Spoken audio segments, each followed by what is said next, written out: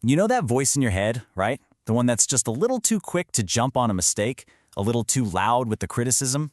Well, that inner critic, it can really feel like it's running the show sometimes. So in this explainer, we're going to unpack exactly why that voice gets so powerful and, way more importantly, how you can start to turn down the volume. Okay, so here's our game plan. First, we'll get up close and personal with that inner voice. Then, we're diving into what a mental echo chamber actually is and how it gets built. We're also going to look at the real price we pay for all this self-criticism and, of course, the big one, how to finally break the cycle. All right, first things first, let's actually confront this inner critic, because if we're going to change our relationship with it, we have to be honest about what it really sounds like. This one. This is a classic, isn't it? It's so simple, so powerful, and just so destructive. And it can pop into our heads after anything, a tiny mistake at work, saying the wrong thing at a party, or even just, looking in the mirror. It's like the #1 hit on the inner critic's playlist.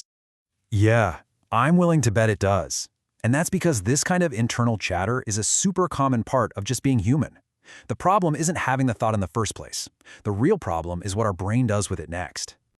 So how does that happen? How does a single, fleeting thought like, I'm not good enough, morph into this deeply held belief that feels like absolute fact? Well, the answer lies in this fascinating idea of a personal echo chamber.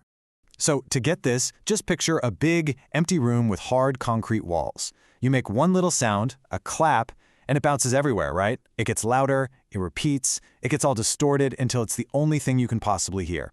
The two key words there are amplification and distortion. Remember those. Now here is where this gets really interesting. This physical idea maps perfectly onto our own minds. A negative thought enters, but instead of bouncing off concrete walls, it bounces off our own insecurities, our past failures, our fears. And every single time it bounces, it gets a little louder, a little more convincing, until boom, it feels like the absolute, undeniable truth. So if our mind can become an echo chamber, how do we actually build the thing? I mean, it doesn't just show up overnight. It's constructed, piece by piece, thought by thought, through a really predictable and pretty vicious cycle. Let's break this down. First, you've got the trigger. Maybe you get a bit of critical feedback. Then comes amplification. This is where your mind grabs it and just runs. You don't just hear the feedback, you start replaying it, adding your own lovely spin like, see, I'm a total failure. Next, confirmation. Your brain becomes a detective, but here's the catch. It's only looking for clues that prove you're a failure, while totally ignoring all the evidence of your successes. And finally, reinforcement. That thought stops being just a thought. It hardens into a belief. Another brick in the wall of your echo chamber. And this right here, this is the real danger of the whole thing. The echo chamber is so sneaky because it takes a fleeting emotion, like disappointment or embarrassment, and through this cycle, it transforms it into what feels like a permanent, unchangeable fact about who you are as a person. Okay, so we've got this cycle. We get how it works, but what's the actual damage? What is the real price we pay for living inside this mental house of mirrors day in and day out? The cost is, well, it's immense. It's that promotion you didn't even try for because the echo in your head said you weren't qualified. It's that cool, creative idea you immediately shot down because the echo whispered, yeah, right. Who do you think you are? And it even messes with the small stuff. Like when someone gives you a genuine compliment and you literally can't accept it because it just doesn't compute with the distorted noise inside the chamber. And if you want to see the stark reality of that cost, just look at this. Look at that gap in potential. This isn't just about feeling bad about yourself. No, this is a tangible, measurable limit on what you can achieve in your life. The echo chamber actively shrinks your world, leaving so much of your talent just sitting on the shelf, completely untapped. Okay, that was all a bit heavy, I know, but here is the really, really good news. An echo chamber feels totally permanent, but it's not. It is not a prison. There is an exit, and now we're going to talk about how to find it. Now, this is going to sound almost too simple, but I promise you this is the most profound step you can possibly take. You have to shift from being the person lost in the noise to being the person who simply notices the noise. That simple act of recognition, of awareness, creates a tiny bit of space, and in that space, everything can change. So how do we get better at just noticing?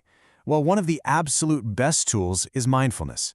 And listen, this isn't about trying to empty your mind or anything like that. It's just about observing it. It's the practice of watching your thoughts come and go, even the nasty ones, without getting totally swept away by them. You just kind of notice, there's that I'm not good enough thought again. How interesting. This quote right here. This captures the entire shift. It's a total game changer. When you really, truly get this, everything changes. The voice is just a voice. The thought is just a thought. It doesn't have to be a reality. Because you are the one hearing it, which means you have the power to decide how much weight you're going to give it.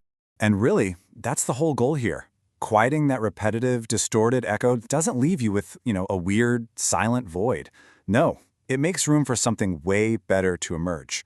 Your actual voice. The one that's curious, the one that's compassionate, and the one that's ready to grow. So I want to leave you with this question.